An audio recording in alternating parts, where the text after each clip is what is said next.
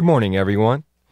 You're listening to Homecourt with co-hosts Keon and Tony and special assistant Alejandro on 91.7 KVRX HD1 and HD2. Welcome to our second show. We had a lot of exciting NBA and NFL topics to get into. We're going to start with last night's game, Rockets and Clippers. Keon, if you want to just give your brief takeaways and maybe who won the game and some key players. Yes, sir. So last night the Rockets and Clippers played a great game together. Actually, kind of sloppy. It was great because it was so close, but Super fast pace. yeah, but the game itself was sloppy. The score was lower than I anticipated, especially for the Rockets. They play with the highest pace in the NBA, and the score was kind of low. But hey, man, James Harden looked great in the second half. That's really what I wanted to see from him. It's not so much about his scoring total. For me, it's more about when he scores, and he was able to hit the clutch shots towards the end of the game, and he dropped 47 points. I mean, what more can you ask from James Harden? The Clippers looked a little sluggish. They were missing open shots that I anticipate they will make, but regardless, it was a great win for the Rockets, and they should be excited, and it's a big win from Mike D'Antoni, Daryl Morey, and the crew. And they should look to build off this and look that this should prove to them that they can be the one seed in the West after this game. I think that's the takeaway the Rockets can take, and what the Clippers can take away is, hey, we're going to have Paul George. We still barely lost, and we're missing all our jump shots. Yeah, James Harden definitely was the best player on the court. I thought it was really odd how the Clippers were guarding him. I know Beverly got in foul trouble, but he wasn't getting picked up, and they were just letting him shoot threes, and that's it's James Harden. He averages 40 points per game. You can't let him do that. And if the Clippers really want to be a serious title team and, want to take advantage and go to the finals, and they got to kind of lock up on defense. That was pretty sad for a quote-unquote defensive team. Yeah, and before the game, I know a lot of the guys, we were talking about it last night, interview with Stephen A. Smith. James Harden was kind of suggesting that they would make a big 2020 championship push. He was basically saying they were going to do it this year, and honestly, facts. He wasn't lying. This is definitely the best time for a Rockets move. We have a younger, more athletic, and more explosive point guard than last year. 2 MVP candidates. It's definitely the time to win, but it kind of sucks because it's everyone else's time to win. That's kind of how the NBA is right now. There's a big divide in teams that could win now and then teams that are rebuilding. So, yeah, we just have to go wait and see.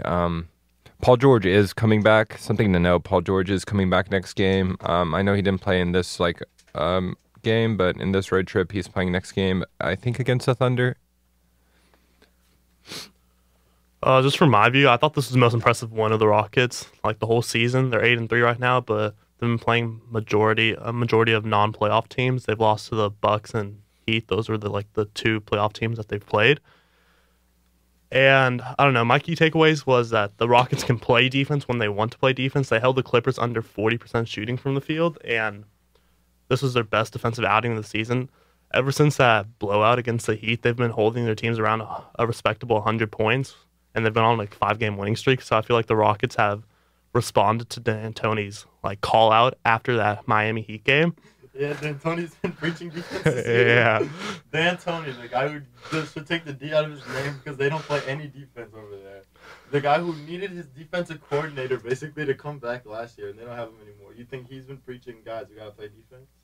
I mean, he's never been preaching that they have to be the best defensive team. They just have to be average. If they're an average team and couple that with their best offensive abilities, they can for sure go places. Be a top 10 defensive team in the NBA? Yeah, definitely. I think so. I mean, I feel like Harden gets a lot of stuff for his defense, but if you look at the stats, he's the best. He's one of the best post defensive players in the league. Yes, because being a post defender as a 6'5" guard is. I mean, he's one of the tallest players on the court at all times. You have to think about that too. Tallest on the Rockets. Okay, on the Rockets. Yeah, I mean, he's the other tall player on the court is Clint Capella. Okay, fair point.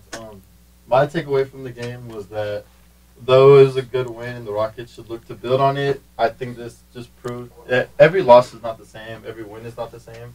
I honestly think this just proved my point that I've been making all the time, that I don't see the Rockets being able to beat this Clippers team in the playoffs, or really anybody beat this Clippers team in the playoffs.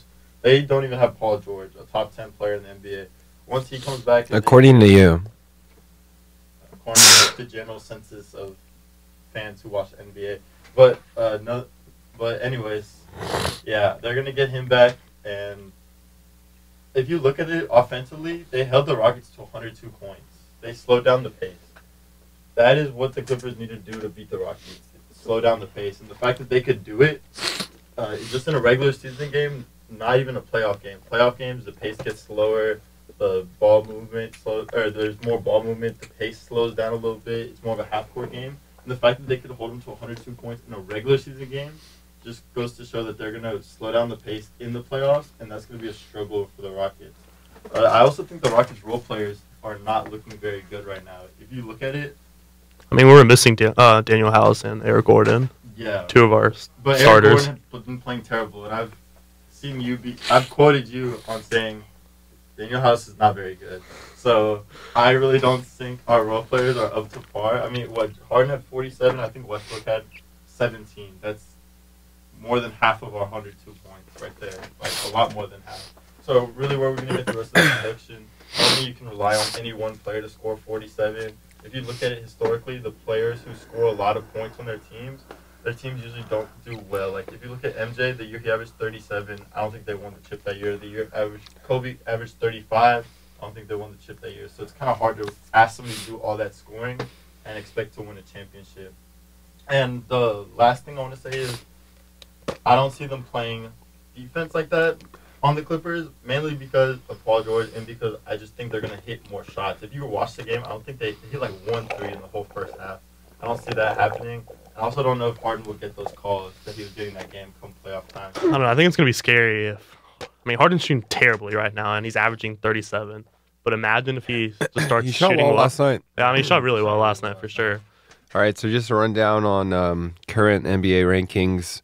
Western Conference, we have the Lakers at 1, Rockets at 2, Jazz tied at 3, Nuggets at 4, Clippers at 5, Wolves at 6, tied with the Clippers. Then the Mavs and the Suns tied at 6 and 4 for the 7th and 8th seed.